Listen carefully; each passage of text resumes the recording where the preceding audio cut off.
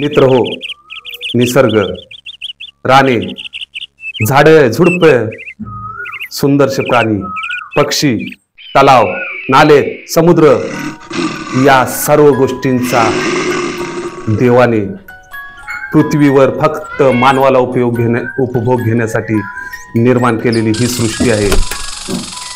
या प्रत्येक गोष्टीचा मनमुरादपणे आनंद लुटा, निसर्गाशी बोला, प्राण्यांच्या व्यथा समजा। ते भरभरून आलेला निसर्ग डोळे भरून पाहण्याचा प्रयत्न करा। जसा सुंदर निसर्ग डोळ्यासमोर येतो तसा डोळ्याला गारवा भेटतो। त्या गारव्याचा अलगद अनुभव आपल्या मनाला स्पर्श करून जाईल ही भावना तुमच्यामध्ये निर्माण करा। खूप सुंदर सृष्टी देवाने आपल्यासाठी बनवली आहे। Oh my God.